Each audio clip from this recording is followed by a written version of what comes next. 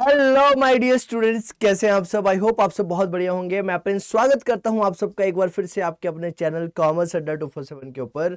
और आज की क्लास 11th के बच्चों के लिए बहुत ज़्यादा इंपॉर्टेंट रहने वाली है, क्योंकि आज की इस क्लास के अंदर मैं आप लोगों के साथ डिस्कस करने वाला हूँ प्रोड्यूसर्स इक्विलिब्रियम। और प्रोड्यूसर इक्विलिब्रियम स्टार्ट करने से पहले मैं आप लोगों को बता देना चाहता हूं कि अगर आप लोग हमारे साथ कॉम्प्रिहेंसिव स्टडी करना चाहते हैं तो आप हमारे द्वारा दिए गए इस कोड को अगर अप्लाई करेंगे हमारे किसी भी कोर्सेज के ऊपर, तो आपको 30% तक डिस्काउंट उन कोर्सेज के ऊपर देखने को मिल जाएगा। अगर मैं इक्विलिब्रियम की बात करता हूं, प्रोड्यूसर इक्विलिब्रियम की बात करता हूं, तो प्रोड्यूसर इक्विलिब्रियम को समझने से पहले हमें समझना जरूरी है, या फिर हम ये जान लेते हैं कि इस पूरे के पूरे यूनिट के अंदर हम लोग क्या क्या चैप्टर्स जो है वो कवर करने वाले हैं। तो सबसे पहले अगर मेरे प्यारे बच्चों में आप लोगों के साथ डिस्कस करता हूं, तो हमें सबसे पहले समझना है, क्या समझना है कि हु इज अ प्रोड्यूसर, कि प्रोड्यूसर जनरली किसे बोला जाता है और प्रोड्यूसर किसे माना जाता है, इसको जानना है। दूसरा हम बात करने वाले हैं इसके अंदर, right, concept of producers equilibrium, कि प्रोड्यूसर इक्विलिब्रियम का जो ये कॉन्सेप्ट है ये क्या कहता है। थर्ड हम बात करने वाले हैं क्या क्या कंडीशंस रहती है प्रोड्यूसर इक्विलिब्रियम की। और फोर्थ बात करेंगे presentation of the producers equilibrium, कि जो हमारा प्रोड्यूसर इक्विलिब्रियम होता है उसको किस तरह से प्रेजेंट किया जाता है, उसके बारे में डिस्कस करेंगे। तो सबसे पहले बात कर लेते हैं, इसके बारे में बात कर लेते हैं हमारा हमारा हु इज ए प्रोड्यूसर, यानी कि प्रोड्यूसर जनरली किसे बोला जाता है। तो बेटा अगर आप जनरल सी सेंस में अगर समझेंगे, प्रोड्यूसर किसे बोला जाता है, प्रोड्यूसर बोला जाता है उसको जो करता है प्रोडक्शन। क्या करता है? प्रोडक्शन। तो जिसके द्वारा प्रोडक्शन की जाए उसे क्या बोला जाता है? प्रोड्यूसर बोला जाता है। तो हम क्या बोल सकते हैं, प्रोड्यूसर कौन है? प्रोड्यूसर एक इकोनॉमिक एजेंट है। कौन है? एक इकोनॉमिक एजेंट है जो बेसिकली क्या करता है, प्रोडक्शन करता है। किसकी? गुड्स एंड सर्विसेज की। तो प्रोड्यूसर कौन है? एक इकोनॉमिक एजेंट है जिसके द्वारा प्रोडक्शन की जाती है। किसकी? Goods and services. वो क्या करता है? सप्लाई करता है इन गुड्स एंड सर्विसेज को। इन गुड्स एंड सर्विसेज को वो सप्लाई करता है कहां पर? मार्केट के अंदर। इन गुड्स एंड सर्विसेज को मार्केट के अंदर क्या करेगा? सप्लाई करेगा, ताकि वो क्या कर सके? अर्न कर सके income by way of profit, यानी कि उनको मार्केट में बेचेगा और मार्केट में बेचने के बाद वो क्या करने वाला है? उससे प्रॉफिट कमाने वाला है। तो हमने एक सिंपल से सेंस में समझने की कोशिश करी कि सर हमारा प्रोड्यूसर कौन होता है। तो अपन ने बोला कि प्रोड्यूसर कौन है, तो हम बोलेंगे सर प्रोड्यूसर हमारा एक इकोनॉमिक एजेंट है। कौन है? हमारा एक इकोनॉमिक एजेंट है जिसके द्वारा गुड्स एंड सर्विसेज को बेचा जाता है ताकि प्रॉफिट जो है कमाया जा सके। तो प्रोड्यूसर एक इकोनॉमिक एजेंट है जिसका मेन ऑब्जेक्टिव्स क्या होता है? गुड्स एंड सर्विसेज को मार्केट के अंदर बेचना, ताकि ज्यादा से ज्यादा प्रॉफिट अर्न किया जा सके। राइट, आगे बात करते हैं। अगर मैं प्रोडक्शंस की बात करता हूं, यहां पर हमने बात करी किसकी? कि सर प्रोड्यूसर के द्वारा जनरली क्या किया जाता है? प्रोडक्शन की जाती है। और अगर मैं प्रोडक्शन की बात करूं तो प्रोडक्शंस के लिए हम लोगों को इनपुट चाहिए होते हैं। क्या चाहिए होते हैं? इनपुट चाहिए होता है। क्योंकि सर प्रोडक्शन के अंदर जनरली क्या किया जाता है? प्रोडक्शन के अंदर इनपुट को कन्वर्ट किया जाता है किसके अंदर? आउटपुट्स के अंदर। प्रोडक्शन प्रोसेस के अंदर आपके जो इनपुट्स होते हैं उन इनपुट्स को कन्वर्ट किया जाता है आपके आउटपुट्स के अंदर। प्रोडक्शंस के अंदर जनरली इनपुट्स को आउटपुट में कन्वर्ट करते हैं। तो क्या बोलता है, प्रोडक्शन के अंदर हमें क्या क्या रिक्वायरमेंट होती है? तो सबसे पहले हमें फैक्टर इनपुट्स की रिक्वायरमेंट होती है। और फैक्टर इनपुट का मतलब हो गया हमारे 4 फैक्टर्स, राइट। और सेकंड हमारे पास नॉन फैक्टर इनपुट्स की रिक्वायरमेंट होती है। और नॉन फैक्टर इनपुट्स के अंदर जनरली हमारे आते हैं रॉ मटेरियल। किसको कंसिडर करते हैं? Raw material. तो एक्सपेंडिचर जो इनकर किया जाता है, राइट, जो खर्चा किया जाता है किसके द्वारा? प्रोड्यूसर के द्वारा इन इनपुट्स के ऊपर, इसकी वजह से कॉस्ट ऑफ प्रोडक्शन जो है वो आती है। तो अब फैक्टर हमारा सबसे पहले हम बात करेंगे फैक्टर इनकम इनपुट, और दूसरा हम बात करेंगे नॉन फैक्टर इनपुट। तो ये जो फैक्टर इनपुट और नॉन फैक्टर इनपुट के ऊपर जो पैसा खर्च किया जाता है किसके द्वारा? प्रोड्यूसर के द्वारा, राइट। एक्सपेंडिचर किया जाता है प्रोड्यूसर के द्वारा। इसकी वजह से हमारी क्या होती है? इसकी वजह से हमारी कॉस्ट ऑफ प्रोडक्शन जो है वो आती है, राइट। दूसरी तरफ अगर मैं बात करता हूं, जब मैं गुड्स और सर्विसेज को सेल करता हूं, या फिर क्या बोला गया, दूसरी तरफ जब सेल किया जाता है गुड्स और सर्विसेज का किसके द्वारा? प्रोड्यूसर की वजह से, इसकी वजह से रेवेन्यू होती है। मेरे प्यारे बच्चों ध्यान से समझो, हमने क्या समझा? प्रोड्यूसर कौन है? प्रोड्यूसर एक इकोनॉमिक एजेंट है जो बेसिकली क्या करता है? प्रोडक्शन करता है। और वो प्रोडक्शन क्यों करता है? प्रोडक्शन करके उसको क्या मिलता है? प्रॉफिट मिलता है। प्रोड्यूसर एक इकोनॉमिक एजेंट है जिसके थ्रू प्रोडक्शन की जाती है। और प्रोडक्शन क्यों की जाती है? ताकि प्रॉफिट कमाया जा सके। अब प्रोडक्शन करने के लिए हमें फैक्टर इनपुट्स की रिक्वायरमेंट होती है और नॉन फैक्टर इनपुट की रिक्वायरमेंट होती है। जो फैक्टर इनपुट की रिक्वायरमेंट होती है, तो फैक्टर इनपुट्स के लिए हमें क्या करना पड़ता है, यानी कि एक प्रोड्यूसर को क्या करना पड़ता है, एक्सपेंडिचर करने पड़ते हैं। और जब वो फाइनली गुड्स और सर्विसेज बनाकर उसको क्या करने वाला है, बेचने वाला है, तो उसको क्या होने वाला है, उनसे प्रॉफिट होने वाला है। क्या होने वाला है, प्रॉफिट होने वाला है, या फिर सेल जो है वो करने वाला है उनसे। क्लियर है इतनी बात? जी सर, इतनी बात हमें क्लियर है। तो आगे क्या कहता है यहाँ पर समझो, कहता है the goal of the producer is to maximize the difference between the revenue and the cost. Generally जो प्रोड्यूसर है, जो प्रोडक्शन करेगा, उसका जो मेन एम होता है या फिर मेन गोल होता है, that is to maximize the difference between revenue and cost. Right, revenue और कॉस्ट के बीच में ज्यादा से ज्यादा जो डिफरेंस है उसको बढ़ाया जा सके। सीधे से एक बात समझना, अगर मैं मानता हूं कि रेवेन्यू मेरी मान लो 10 लाख रुपए की है, कितने की है, 10 लाख रुपए की मेरी रेवेन्यू है, और कॉस्ट जो है वो मेरी 2 लाख रुपए की है। तो अगर मैं इस कॉस्ट को और कम कर दूं, मान लो 1 लाख रुपए या फिर 50,000 रुपए कर देता हूं, तो इसकी वजह से क्या होने वाला है, ये जो मेरी ओवरऑल जो प्रोडक्शन है, राइट, ये जो प्रोड्यूसर के द्वारा प्रोडक्शन की जाएगी, इसकी वजह से उसकी जो ओवरऑल रेवेन्यू है वो बढ़ जाएगी।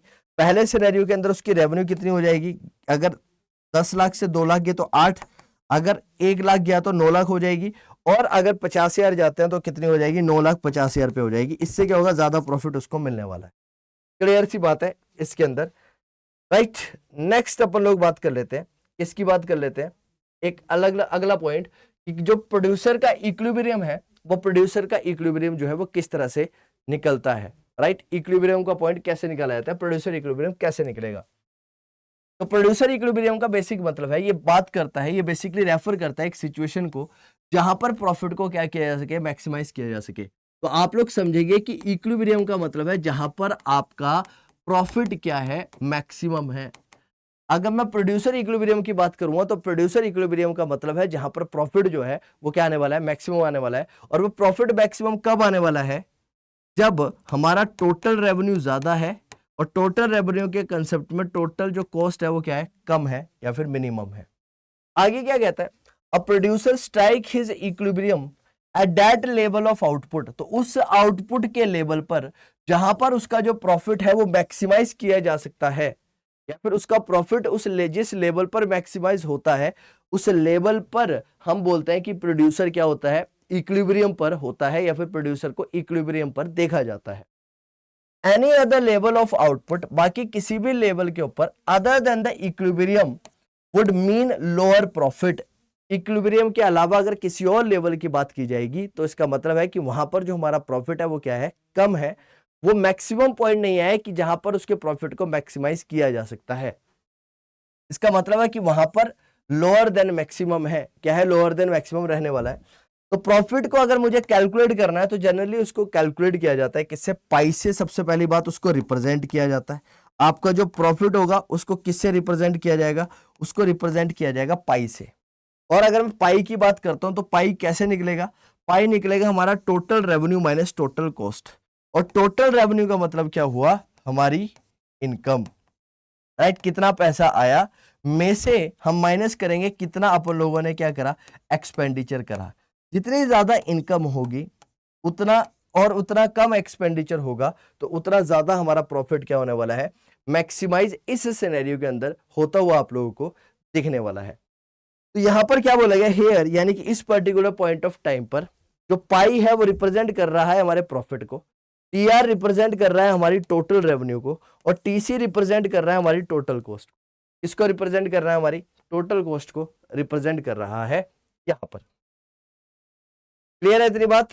जी सर, क्लियर है। नाउ अगला पॉइंट देखिएगा, इंपॉर्टेंट बात आगे क्या है, वो ये रही। कहता है producer equilibrium is stuck at that level of output where pi is maximized. तो क्या बोला जाता है, इक्विलिब्रियम अगर मुझे बोला जाए, अगर मैं बोलूं प्रोड्यूसर इक्विलिब्रियम कहां पर आएगा, यानी कि जहां पर पाई को क्या किया जा सकता है, मैक्सिमाइज किया जा सकता है। आपका प्रॉफिट जिस लेवल पर क्या होगा, मैक्सिमम होगा, वहां पर आप लोगों का इक्विलिब्रियम जो है वो क्या होने वाला है, स्टक होने वाला है। अगली बात होती है किसकी, इकोनॉमिक प्रॉफिट और अकाउंटिंग प्रॉफिट के बीच में। अब मेरे प्यारे बच्चों ध्यान से समझ लो, इकोनॉमिक प्रॉफिट और अकाउंटिंग प्रॉफिट के अंदर बेसिकली डिफरेंस है। क्योंकि अकाउंटिंग प्रॉफिट के अंदर अपॉर्चुनिटी कॉस्ट को कंसिडर नहीं किया जाता है, लेकिन अकाउंटिंग प्रॉफिट इकोनॉमिक्स के अंदर हम लोग कंसिडर करते हैं हमारी अपॉर्चुनिटी कॉस्ट को, लेकिन अकाउंटिंग के अंदर अपॉर्चुनिटी कॉस्ट को कवर नहीं किया जाता है। यानी कि यहाँ पर इम्प्लिसिट और एक्सप्लिसिट कॉस्ट का कॉन्सेप्ट दोनों देखे जाते हैं इकोनॉमिक प्रॉफिट के अंदर, राइट, लेकिन अकाउंटिंग के अंदर ऐसा नहीं होता है, राइट। तो यहाँ पर क्या समझता है कि सर इकोनॉमिक प्रॉफिट और accounting profit are estimated as the difference between the total revenue and the total cost. दोनों के अंदर बात किसकी की जाएगी, टोटल रेवेन्यू और टोटल कॉस्ट की ही बात की जाएगी कि कितना खर्चा हुआ और उसके बदले में कितनी इनकम आई। लेकिन यहां पर फिर भी डिफरेंस है दोनों के दोनों कॉन्सेप्ट के बीच में। जो अकाउंटिंग कॉस्ट है या फिर अकाउंटिंग प्रॉफिट है वो सिर्फ और सिर्फ कंसिडर करता है एक्सप्लिसिट कॉस्ट को। इसको कंसिडर करता है, एक्सप्लिसिट कॉस्ट को कंसिडर करता है, अपॉर्चुनिटी कॉस्ट को नहीं लेता है in the estimation of the total cost.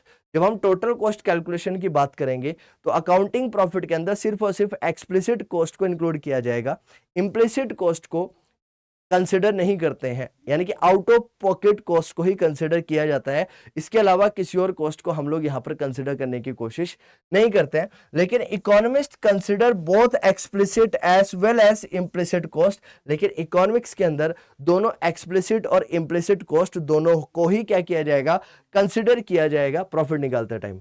अगर मैं इकोनॉमिक प्रॉफिट की बात करूंगा तो इकोनॉमिक प्रॉफिट यानी कि पाई जो है वो कैसे निकलने वाला है, टीआर माइनस टीसी ही यहाँ पर क्या होने वाला है।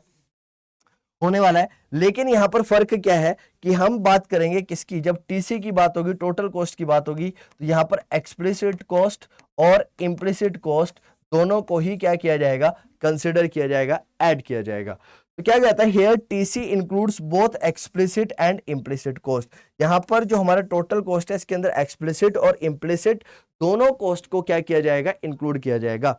अकाउंटिंग प्रॉफिट होता है TR minus TC, total revenue minus total cost. लेकिन फर्क क्या है कि टोटल कॉस्ट के अंदर सिर्फ और सिर्फ एक्सप्लिसिट कॉस्ट को इंक्लूड करेंगे। तो TC includes only explicit cost, क्या इंक्लूड करते हैं, सिर्फ और सिर्फ एक्सप्लिसिट कॉस्ट को इंक्लूड करते हैं। आगे क्या कहता है, economic profit TR minus TC, लेकिन वो टीसी का मतलब क्या है, explicit cost plus implicit cost. Accounting profit is equal to total revenue minus explicit cost, यानी कि टोटल कॉस्ट, लेकिन टोटल कॉस्ट के अंदर सिर्फ और सिर्फ क्या आएगी, हमारी एक्सप्लिसिट कॉस्ट आएगी। इम्प्लिसिट कॉस्ट को यहां पर हम लोग कंसिडर नहीं करते हैं। नाउ बात की जाती है ग्रॉस और नेट प्रॉफिट की इकोनॉमिक्स के अंदर, राइट। तो सबसे पहले तो हम लोगों ने ये समझ लिया कि जो अकाउंटिंग प्रॉफिट है और इकोनॉमिक प्रॉफिट है इन दोनों के बीच में क्या है, डिफरेंस है। अकाउंटिंग प्रॉफिट के अंदर सिर्फ और सिर्फ एक्सप्लिसिट प्रॉफिट को ही कंसिडर किया जाता है, लेकिन इकोनॉमिक्स के अंदर एक्सप्लिसिट और इम्प्लिसिट दोनों को ही क्या किया जाता है, कंसिडर किया जाता है। अब बात करते हैं ग्रॉस और नेट प्रॉफिट की, यानी कि आप लोगों ने अकाउंट्स भी पढ़ी है तो वहां पर भी आप दो टाइप के प्रॉफिट पढ़ते हो, एक ग्रॉस प्रॉफिट आता है और एक आप निकालते हो नेट प्रॉफिट। ग्रॉस और नेट प्रॉफिट के बीच में बेसिकली डिफरेंस क्या है, अगर मैं बात करूं ग्रॉस और नेट प्रॉफिट का मतलब इकोनॉमिक्स के सेंस में क्या है, तो अगर मैं इकोनॉमिक्स की बात करता हूं तो क्या बोलता है, economic profit are estimated both as gross profit and net profit. जो बेसिक डिफरेंस है वो कैसा है, अगर मैं ग्रॉस प्रॉफिट की बात करूंगा तो कहता है कि ग्रॉस प्रॉफिट के अंदर हम क्या करेंगे, टोटल रेवेन्यू में से माइनस करने वाले हैं टोटल वेरिएबल कॉस्ट को। जब मैं टोटल रेवेन्यू में से टोटल वेरिएबल कॉस्ट को क्या कर देता हूं, माइनस कर देता हूं, टोटल वेरिएबल कॉस्ट को सब्ट्रैक्ट कर देता हूं, तो मेरा निकल कर आ जाता है क्या, हमारी ग्रॉस प्रॉफिट। और अगर मान लो मुझे नेट प्रॉफिट निकालना है तो नेट प्रॉफिट के अंदर मुझे क्या करना है, टोटल रेवेन्यू में से टोटल कॉस्ट को माइनस करना है, टोटल कॉस्ट को माइनस करना है, और इस टोटल कॉस्ट के अंदर हमारी वेरिएबल कॉस्ट भी आएगी और हमारी फिक्स कॉस्ट भी आने वाली है। तो हम एक सिंपल सी सेंस में बोल सकते हैं कि gross profit is equal to total revenue, total revenue में से टोटल वेरिएबल कॉस्ट को माइनस कर दो। लेकिन अगर मुझे नेट प्रॉफिट निकालना है तो नेट प्रॉफिट का मतलब है टोटल रेवेन्यू में से टोटल वेरिएबल कॉस्ट और टोटल फिक्स कॉस्ट को क्या कर दो, सब्ट्रैक्ट कर दो, माइनस कर दो, और माइनस करने से मुझे क्या मिल जाएगा, मेरा नेट प्रॉफिट मिल जाएगा। तो gross profit is equal to total revenue minus total variable cost, net profit is equal to total revenue minus total variable cost plus total fix cost, जिसका मतलब है total revenue minus total cost. Right, क्योंकि cost हमारी जो है वो दो तरह की होती है, एक वेरिएबल कॉस्ट होती है और एक फिक्स कॉस्ट होती है। तो मेरे प्यारे बच्चों, मैंने आप लोगों को क्या समझाया कि अगर मुझे ग्रॉस प्रॉफिट निकालना है तो टोटल रेवेन्यू में से मुझे टोटल वेरिएबल कॉस्ट को माइनस करना है, लेकिन मुझे अगर नेट प्रॉफिट निकालना है तो टोटल कॉस्ट में से, टोटल रेवेन्यू में से मुझे टोटल कॉस्ट के अंदर दोनों वेरिएबल और फिक्स कॉस्ट दोनों को क्या करना है, सब्ट्रैक्ट करना है। अगर मैं टोटल रेवेन्यू की बात करता हूं, टीआर टोटल रेवेन्यू को रिप्रेजेंट करता है, टीवीसी टोटल वेरिएबल कॉस्ट को रिप्रेजेंट करता है और टीएफसी टोटल फिक्स कॉस्ट को क्या करता है, रिप्रेजेंट करता है इसके अंदर। क्लियर है इतनी बात? जी सर, इतनी बातें क्लियर है। अब इसके अलावा हमारे पास कुछ और चीजें आती हैं, कुछ टर्म्स आती हैं। एक आता है एबनॉर्मल प्रॉफिट क्या होता है, एक आता है नॉर्मल प्रॉफिट क्या होता है, और एक आता है हमारे पास सब नॉर्मल प्रॉफिट क्या होता है।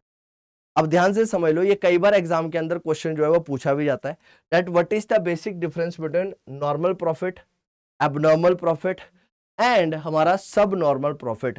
सब नॉर्मल प्रॉफिट, नॉर्मल प्रॉफिट और एबनॉर्मल प्रॉफिट के बीच में बेसिकली डिफरेंस क्या होता है। तो आइए समझते हैं। सबसे पहले बात करेंगे एबनॉर्मल प्रॉफिट की।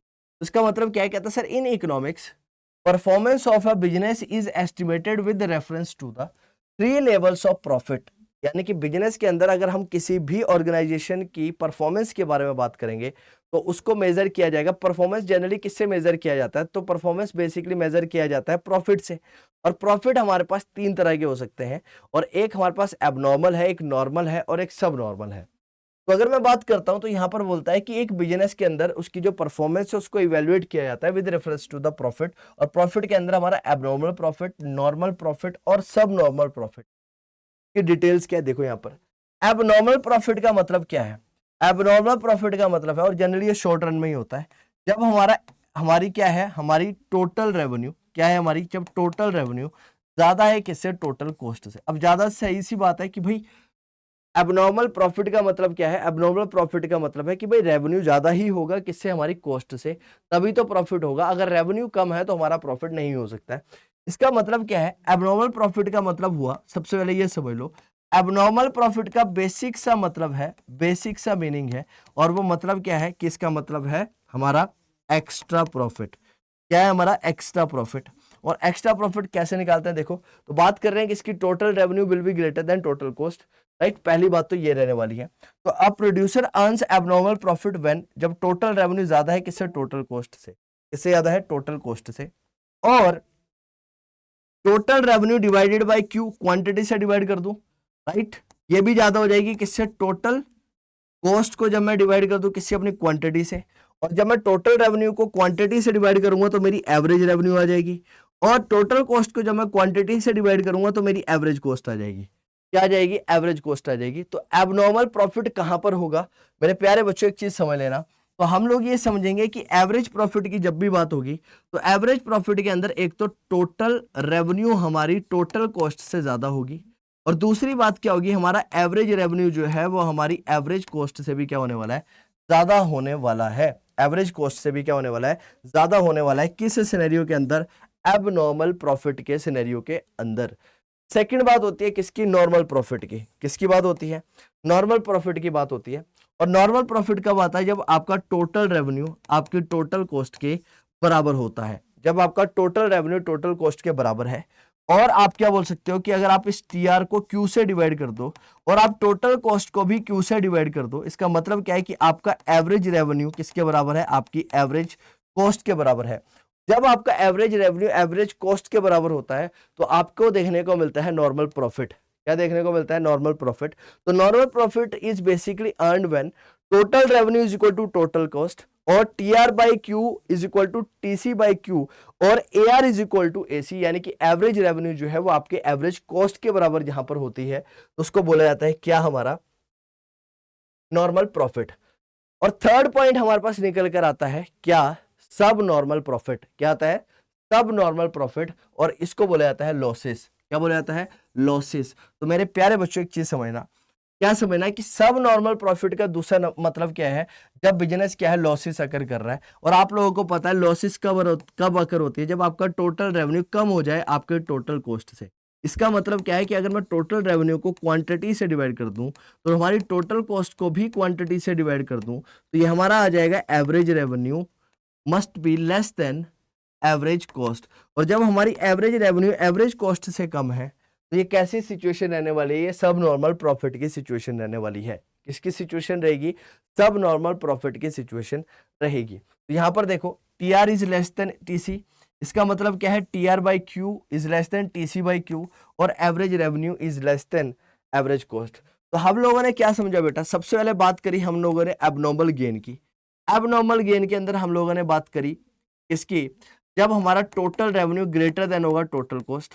उसके बाद हमने या फिर इसके अंदर सेकंड बात हम लोगों ने ये करी कि जब हमारी एवरेज रेवेन्यू ग्रेटर होगी एवरेज कॉस्ट से, तो हमारे पास बात निकल कर आती है किसकी? एवरेज एबनॉर्मल गेन की। सेकंड बात हमने करी नॉर्मल गेन की। नॉर्मल गेन के अंदर जो हमारा टोटल रेवेन्यू है वो बराबर होगा टोटल कॉस्ट के। और दूसरी बात हम ये बोल सकते हैं कि हमारा एवरेज रेवेन्यू जो है वो बराबर है एवरेज कॉस्ट के। और थर्ड पॉइंट हमारे पास निकल कर आया लॉसेस का, जिसको हम लोगों ने बोला सब नॉर्मल गेन। और सब नॉर्मल गेन के अंदर जो हमारी टोटल रेवेन्यू है that will be less than total cost.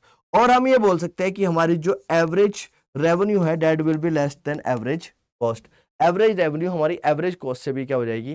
कम हो जाएगी इस सिनेरियो के अंदर। क्लियर है इतनी बात? जी सर क्लियर है। ठीक है, ये सारी की सारी चीजें हमें जो है वो बहुत अच्छी तरह से क्या हो गई है? समझ हो गई है। अब समझ लेते हैं कंडीशंस क्या क्या है प्रोड्यूसर इक्विलिब्रियम के लिए। अगर मुझे प्रोड्यूसर को इक्विलिब्रियम में देखना है या फिर प्रोड्यूसर इक्विलिब्रियम में आना चाहिए तो उसके लिए कुछ कंडीशंस है, जो कंडीशंस हम लोगों को समझनी पड़ेगी। सबसे पहले क्या कहता है? Conditions of producers equilibrium. अगर मैं प्रोड्यूसर इक्विलिब्रियम की बात करूं तो प्रोड्यूसर इक्विलिब्रियम के अंदर क्या क्या कंडीशन है? सबसे पहले क्या कहता है कि producer strikes his equilibrium and maximises his profit when the following conditions are satisfied. यानी कि इक्विलिब्रियम के ऊपर जो कंज्यूमर की प्रोडक्शन है वो मैक्सिमम होगी और जो उसके द्वारा प्रॉफिट कमाया जाएगा वो भी क्या होगा? मैक्सिमम होगा।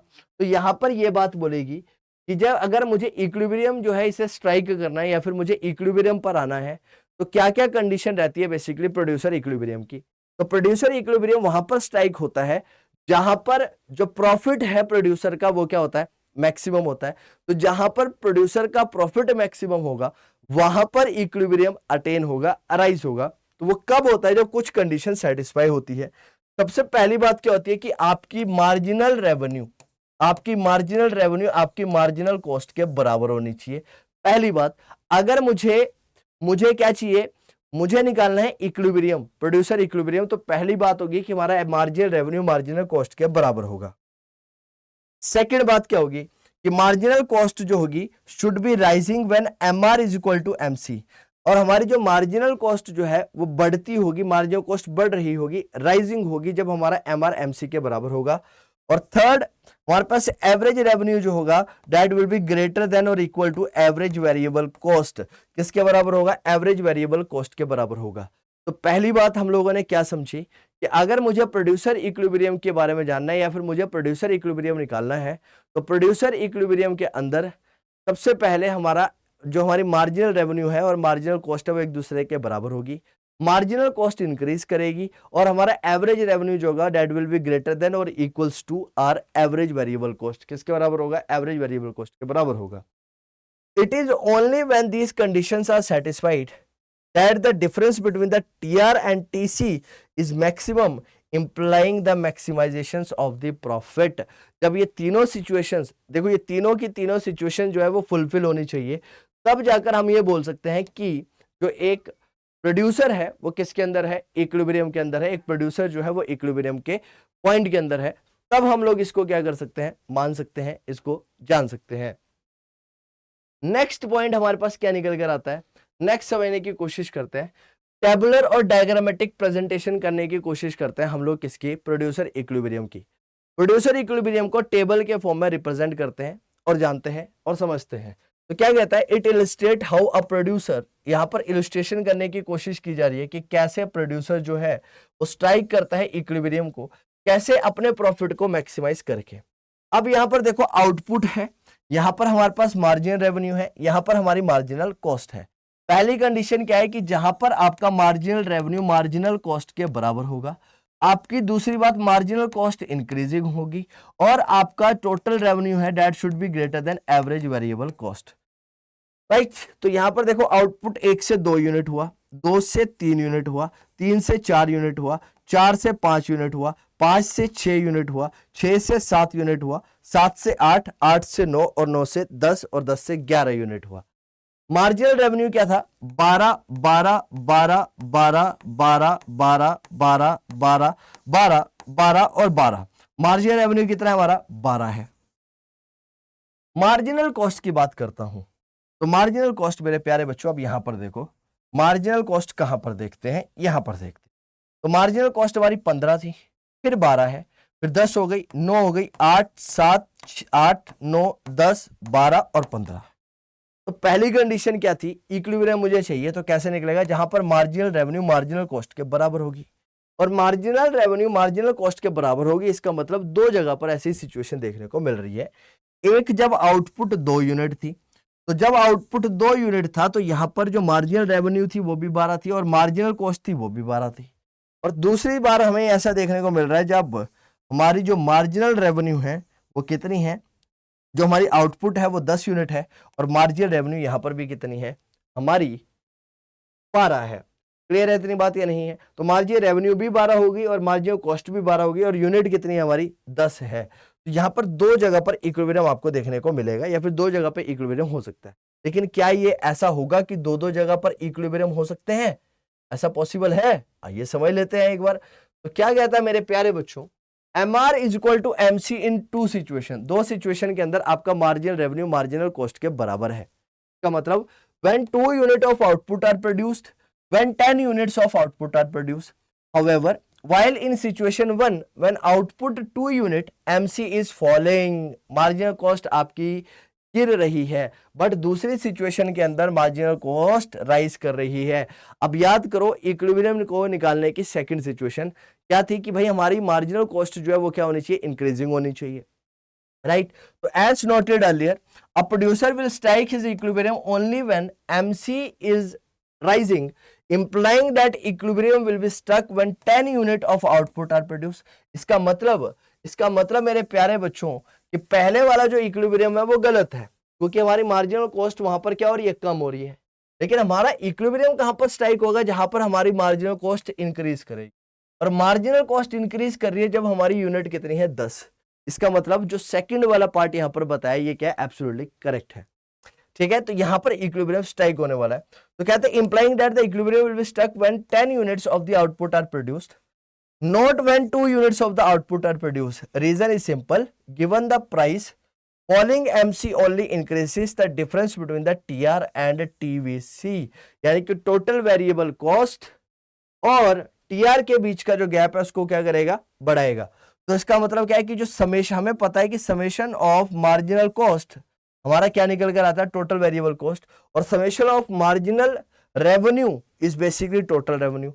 तो हम ये बोल सकते हैं टीआर और टीवीसी क्या करेगी? दोनों राइज करेगी, और इसकी वजह से हमारा जो प्रॉफिट होगा वो भी क्या करने वाला है? राइज करने वाला है। आ रही है बात समझ में? तो हम ये बोल सकते हैं कि हमारा इक्विलिब्रियम वहां पर स्ट्राइक होगा जब एमआर और एमसी दोनों इंक्रीज करेंगे और एमसी हमारा राइजिंग होगा। तो जो प्रोड्यूसर क्या करेगा इस पर्टिकुलर पॉइंट ऑफ टाइम पर? अपने प्रॉफिट को क्या करने वाला है? मैक्सिमाइज करने वाला है। उसका जो प्रॉफिट है वो यहां पर क्या है? मैक्सिमम दिखने वाला है। क्लियर है इतनी बात? यस और नो? जी सर क्लियर है इतनी बात तो हमें बहुत अच्छी तरह से। ठीक है, अब आगे समझने की कोशिश करते हैं। और आगे क्या कहता है? हमें पता है कि टीआर जो है टोटल रेवेन्यू क्या था? That is summation of marginal revenue. Marginal revenue कितना? 12 और 12, तो टोटल रेवेन्यू निकल कर आया 24। टोटल वेरिएबल कॉस्ट क्या है? That is summation of marginal cost, 15 plus 12 27 निकल कर आई। और हमारे पास जो पाई है टोटल वेरिएबल यानी कि प्रॉफिट है। प्रॉफिट क्या होता है? Total revenue minus total variable cost, या फिर टोटल कॉस्ट और टोटल फिक्स कॉस्ट को भी इंक्लूड करेंगे। तो पाई क्या है? यहाँ पर रेफर करता है ग्रॉस प्रॉफिट को। ग्रॉस प्रॉफिट निकालना तो कितना? 24 माइनस 27 कितना है? 3 का। लेकिन यहाँ पर हमारा जो है वो मार्जिनल कॉस्ट जो है वो इक्वल है, लेकिन एमसी क्या होना चाहिए? राइजिंग होना चाहिए। राइजिंग के लिए हमें टोटल रेवेन्यू को समेशन करना पड़ेगा। टोटल रेवेन्यू बेसिकली समेशन होता है मार्जिनल रेवेन्यू का, और जब हमने इसका समेशन करा तो कितना है? 120, और इसका जब समेशन हमने करा टीवीसी का वो हमारा आया 1000। और अब अगर हम निकालेंगे क्या? इक्विलिब्रियम, तो अब हमारा जो एग्जैक्ट इक्विलिब्रियम है वो निकल कर आएगा और यहां पर प्रॉफिट होगा। तो यहां पर होगा टीआर माइनस टीवीसी, यानी कि 120 माइनस 100 20 का यहाँ पर हमारा पाई आने वाला है, यानी कि प्रॉफिट यहाँ पर निकलने वाला है। ऑब्जर्वेशन क्या है? We find that the difference between TR and TVC tend to rise as output is increase from 2 to 10. In fact, it is only when output is equal to 10 unit that the profit X is maximum. आगे क्या कहता है? If output is increased beyond 10 unit, pi will reduce. Thus, if 11th unit of output are produced, sigma MR यानी कि summation of MR 132 while sigma MC is 150, so that pi is equal to TR minus TVC 132 minus 115 17, जो कि हमारा 20 unit के ऊपर 20 से क्या है? कम है, यानी कि प्रॉफिट 20 था, इस 20 से क्या रहने वाला है? कम रहने वाला है। और थर्ड कंडीशन क्या है? जब AR राइज कर रहा है हमारा AVC से, इसका मतलब average variable cost right should be also be satisfied, because कोई भी producer right would ever understand or undertake production if the price is not covering the variable cost. क्योंकि ये तीसरी पॉइंट ये बोलती है कि कोई भी प्रोड्यूसर जो है वो जनरली अपनी प्रोडक्शन एक्टिविटीज को कंसिडर ही नहीं करेगा या कंटिन्यू ही नहीं करने की कोशिश करेगा अगर उसके पास प्रॉफिट, अगर उसको वेरिएबल कॉस्ट ही वो अपनी रिकवर नहीं कर पा रहा है तो राइट। अब इक्विलिब्रियम की अगर मैं बात करता हूं तो कैसे निकलेगा? सबसे पहले बात करते हैं यहाँ पर क्या रेवेन्यू और कॉस्ट है, यहाँ पर हमारा आउटपुट है। सबसे पहले हमारा यहाँ पर क्या है? रेवेन्यू और कॉस्ट, और यहाँ पर आउटपुट। सबसे पहले यहाँ पर इस पॉइंट पर क्या बोला कि हमारा एवरेज रेवेन्यू और मार्जिनल रेवेन्यू जो है वो क्या होगा? बराबर होगा। दूसरी बात क्या है? राइट, यहाँ पर देखो आपका रेवेन्यू ये कर्व इस तरह से गया और इस तरह से ये इंटरसेक्ट करता हुआ आपका मार्जिनल कॉस्ट जो है वो निकल गया। आपका मार्जिनल कॉस्ट देखो यहाँ ऊपर से क्या कर रहा था? नीचे की तरफ गिर रहा है, और यहां से क्या कर रहा है? ये टेंड करता है और ये इंक्रीज करना शुरू करता है। तो आपका मार्जिनल कॉस्ट जो होना चाहिए वो क्या होना चाहिए? इंक्रीजिंग स्लोप होना चाहिए, इंक्रीज करना चाहिए, और वो यहां से क्या कर रहा है? इंक्रीज कर रहा है। क्लियर है इतनी बात या नहीं है? तो ये राइट, ये इस तरह से निकल कर आएगा राइट हमारा इक्विलिब्रियम, और इसका जो कर्व है वो कुछ इस तरह से आप लोगों को देखने के लिए मिलने वाला है। यहां से क्या ऑब्जर्वेशन हम लोगों को मिली, और या फिर हम लोग यहाँ पर क्या ऑब्जर्व कर पा रहे हैं? तो हम लोग यहाँ पर देख रहे हैं कि AR is assumed to be constant. Average revenue क्या है? कांस्टेंट है। परफेक्ट कंपटीशन के अंदर जब हम परफेक्ट कंपटीशन की बात करते हैं तो वहां पर हमारा एवरेज रेवेन्यू जो है वो क्या माना जाता है? कांस्टेंट माना जाता है। कांस्टेंट AR इंप्लाई करता है कांस्टेंट MR। क्या करता है? कांस्टेंट MR बताता। तो एक बार समझना, अगर हमारा एवरेज रेवेन्यू कांस्टेंट है और कांस्टेंट एवरेज रेवेन्यू होने का मतलब है कि भाई हमारा जो मार्जिनल रेवेन्यू वो भी क्या रहने वाला है? कांस्टेंट प्रोपेंसिटी के साथ बढ़ने वाला है राइट। और इसको दिखाया जाता है किसके साथ में? हॉरिजॉन्टल लाइन के साथ में, यानी कि पिछले सिनेरियो के अंदर हम लोगों ने जिसको किससे दिखाया? एक हॉरिजॉन्टल लाइन के साथ यहाँ पर दिखा दिया, जो कि पैरेलल रहने वाली है किसके? एक्स एक्सिस के। मार्जिनल कॉस्ट जो है वो बेसिकली कैसा है? यू शेप्ड कर्व है। कैसा है? यू शेप कर्व है, यानी कि वो कुछ इस तरह से आप लोगों ने देखा। कैसे निकल कर आया? यू शेप कर्व के फॉर्म में वो हमारा निकल कर आता है। तो कहता है MR is equal to MC। दो सिचुएशन के अंदर ऐसा होता है, जब at point Q1 when output was OL1, यानी कि जब आउटपुट OL1 था यानी कि क्वांटिटी 2 थी तब ऐसा हुआ, और दूसरा पॉइंट जब Q2 थी और हमारा जो आउटपुट था वो OL2 था, यानी कि 10 यूनिट के सिनेरियो के अंदर ऐसा देखा गया, यानी कि जब 10 यूनिट की बात की गई तब भी ये चीज देखी गई। पहले सिचुएशन के अंदर जो हमारे मार्जिनल कॉस्ट है वो क्या कर रही थी? फॉल कर रही थी। पहले की सिचुएशन के अंदर हमारी मार्जिनल कॉस्ट फॉल करेगी, इसलिए हम पहले वाले पॉइंट को कंसीडर नहीं करेंगे। हमारी मार्जिनल कॉस्ट जो है वो क्या करनी चाहिए? इंक्रीज करनी चाहिए, और वो इंक्रीज करेगी 10 यूनिट वाले सिनेरियो के अंदर, इसलिए हम इसको कंसीडर करने वाले हैं। But in situation two MC is rising, तो इक्विलिब्रियम जनरली कहां पर स्टक होगा? सेकंड वाले सिनेरियो के अंदर MR MC के बराबर है, लेकिन MC भी क्या कर रहा है? राइज कर रहा है। तो ये पॉइंट Q2 पर देखा जाएगा जब हमारा प्रॉफिट जो होगा वो ज्यादा होगा, और वो कैसे दिख TR minus TVC is maximize not at point Q1। पहले वाले पॉइंट पर ऐसा नहीं होगा, इसलिए हम उसको कंसिडर नहीं करेंगे। इसका मतलब जो पहली वाली सिचुएशन है वो कैसी सिचुएशन है? That is a situation of loss right, और इसको इसीलिए हम क्या कर सकते हैं? यहाँ से प्रूफ भी इसे कर सकते हैं, यहां से उसका प्रूफ भी आप लोगों को मिल सकता है। अब आगे क्या कहता है? We know TR is equal to area under MR corresponding to the given level of output. This is equal to Q1 P in situation 1. Likewise TC is equal to average area under MC corresponding to the given level of output. यानी कि ये जो पूरी की पूरी बातें जो यहाँ पर बोली गई है वो बातें यही बोली गई है कि सर आपका इक्विलिब्रियम तभी स्टक होगा जब वो 3 बातें आप लोग ध्यान रखेंगे। अगर वो 3 बातें आप लोगों को ध्यान रहेगी तभी आपका इक्विलिब्रियम क्या करने वाला है, स्टक करने वाला है।